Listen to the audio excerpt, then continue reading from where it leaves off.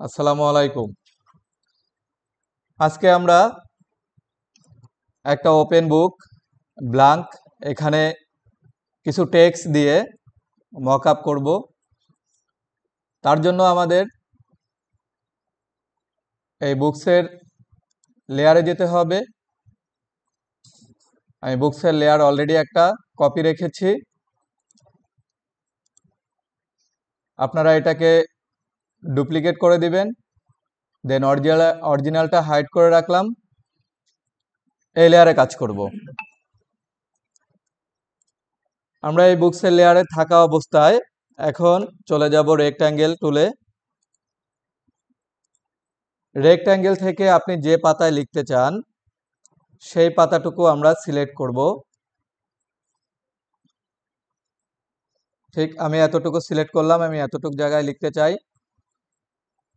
এইখানে রেক্ট্যাঙ্গেলের কিছু properties open হবে। এখানে ফিল আছে, ফিলটাও নান আছে এবং স্টকটাও নান আছে, দুইটা জিনিস আছে। আপনারা চাইলে ফিল রাখতে পারেন। ফিল রাখলে কি হবে, আপনার রেক্ট্যাঙ্গেলটা একটা কালার আসবে, কালার আসলে এই বইয়ের মধ্যে লেখাটা ট্রান্সপারেন্সি হবে না। এই জন্য আমি ফিল অফ রাখছি। স্টকও আমাদের লাগবে না, কেননা বইয়ের পাতার চারপাশে কালো আকারের স্টক দেওয়া আছে, এই কারণে আমি স্টকটাও নিলাম না। যদি না থাকতো তাহলে আমরা কি করতাম, একটা স্টক নিতে পারতাম।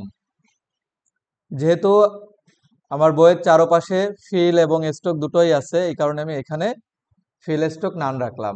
দেন ওকে। এখন চলে যাব আমি কিবোর্ড থেকে কন্ট্রোল টি, কিবোর্ড থেকে চলে যাব কন্ট্রোল টি। কন্ট্রোল টিতে ট্রান্সফর্ম করে মাউসের রাইট বাটন ক্লিক করব, দেন ডেস্ট্রট। এখানে আসার পরে আপনারা এটা একটু এডিট করে নেবেন এভাবে।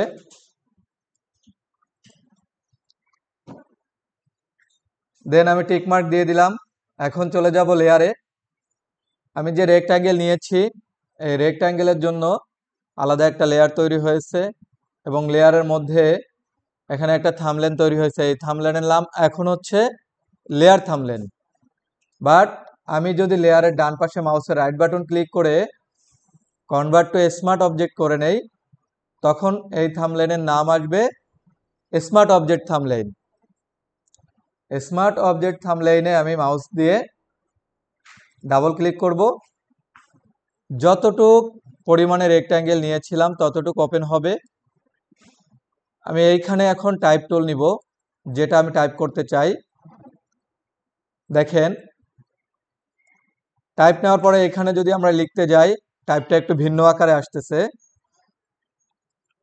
বাট আমরা যদি এখানে যে আবার এই লেয়ারটাকে ওপেন রাখি,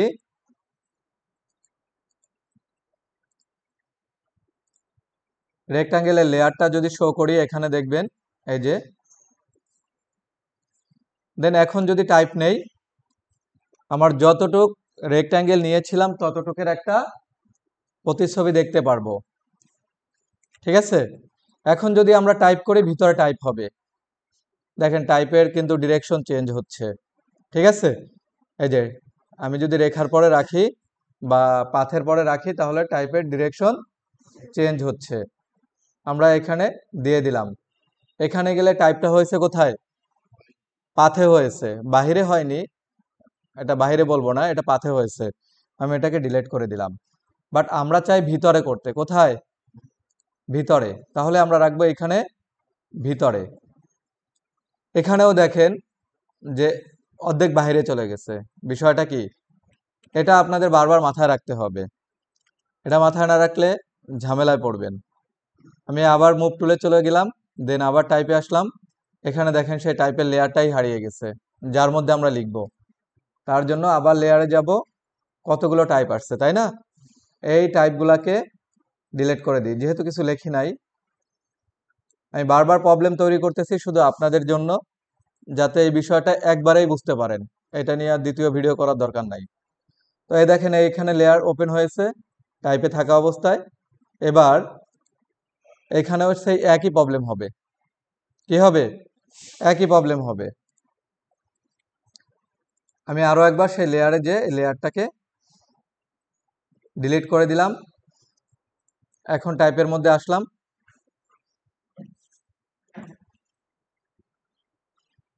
লেফট অ্যালাইনমেন্ট নিই,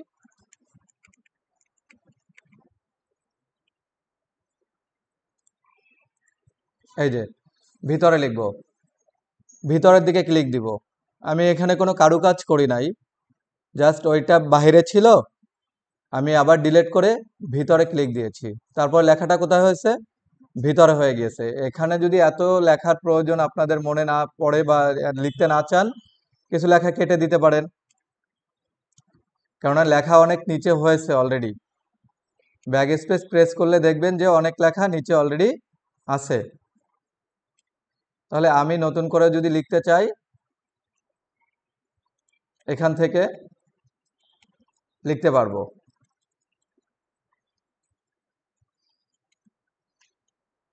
আমি এখানে লিখতে যাচ্ছি ক্যাপসলক দিয়ে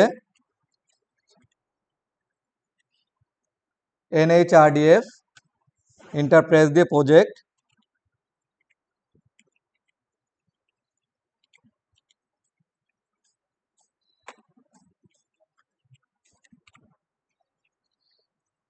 NHRDF প্রজেক্ট বুকস। ঠিক আছে, আমি এতটুকুই রাখলাম। এখানে আপনারা ক্যারেক্টারে যদি যান, কালার পাবেন। কালার যদি চেঞ্জ করে রেড কালার দিতে চান, দিতে পারবেন। আমার কথা কি বুঝতে পারছি? এইখানে দেখেন এক্সট্রা একটা জিনিস লেখা আছে, এটাকেও কেটে দিতে হবে। আমরা টাইপ সিলেক্ট করে এর পরে চলে গেলে এই লেখাটা ব্যাক স্পেস দিলে কেটে গেল। NHRDF প্রজেক্ট বুকস, এখানে আপনারা চাইলে বোল্ড করে দিতে পারেন, লাইক দ্যাট। MS ওয়ার্ডে যেভাবে আমরা লিখি সম্পূর্ণ এভাবে লেখা যাবে। আমাদের তার জন্য যেতে হবে ক্যারেক্টারে। ক্যারেক্টার থেকে এখানে ফন্ট নেম সিলেক্ট করে দিতে পারবেন। হ্যাঁ, আপনারা যা মন চায় সেটা লিখতে পারবেন। যদি এরিয়ালে লিখতে চান এরিয়ালে লিখতে পারবেন। এখানে ফন্টের এখানে যে আপনার নাম লিখে দিবেন।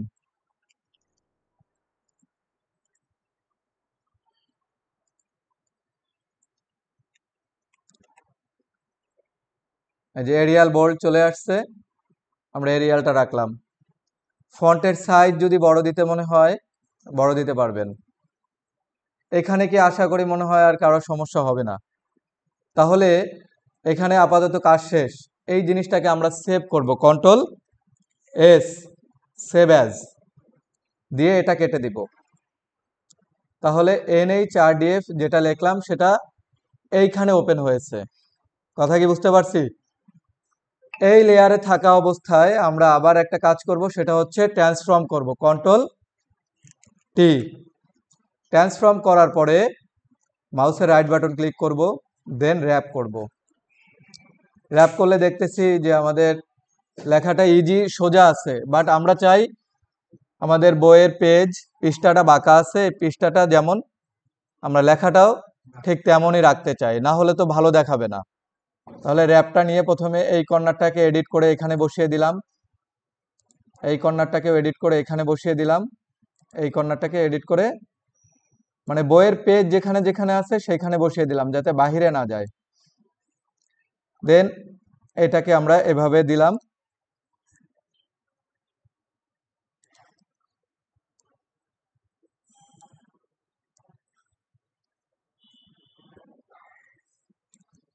ঠিক আছে, এখন আমরা টিক মার্ক দিয়ে দিব। দেখেন অলরেডি আমার বইয়ের যে কোয়ালিটি, আমার কিন্তু ভালো কোয়ালিটি না বইটা জুম করলে অনেকটা ফেটে যাবে। তার সাথে যে কোয়ালিটি ম্যাচ করা লাগে আমার ফন্ট কিন্তু সেই কোয়ালিটি ম্যাচ করে নিয়েছে। বুঝতে পারছেন? এখন আপনারা যদি এই ফন্টের লেয়ারটাকে, এই যে এই লেয়ারটাকে নর্মাল আছে, এখান থেকে যদি আপনারা ডার্কনেস বা লাইটনেস ওভারলে কই,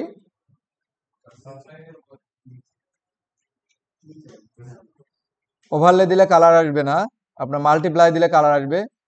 বাট এখানে মাল্টিপ্লাই দেওয়ার দরকার নাই। যখনই আমরা করেছি, আই মিন র্যাপ করেছি তখন হয়ে গেছে। তারপরেও আপনারা একটু মাল্টিপ্লাই রাখলে এই বইটার সাথে সম্পূর্ণ আকারে মিলে যাবে। কথা কি বুঝতে পারছেন? এটা আমরা নিজেরা মকআপ তৈরি করলাম স্মার্ট অবজেক্ট দিয়ে। তো এই ছিল মকআপের একটা ভিডিও। এরপর আর একটা ভিডিও বানাবো। ধন্যবাদ। বলেন।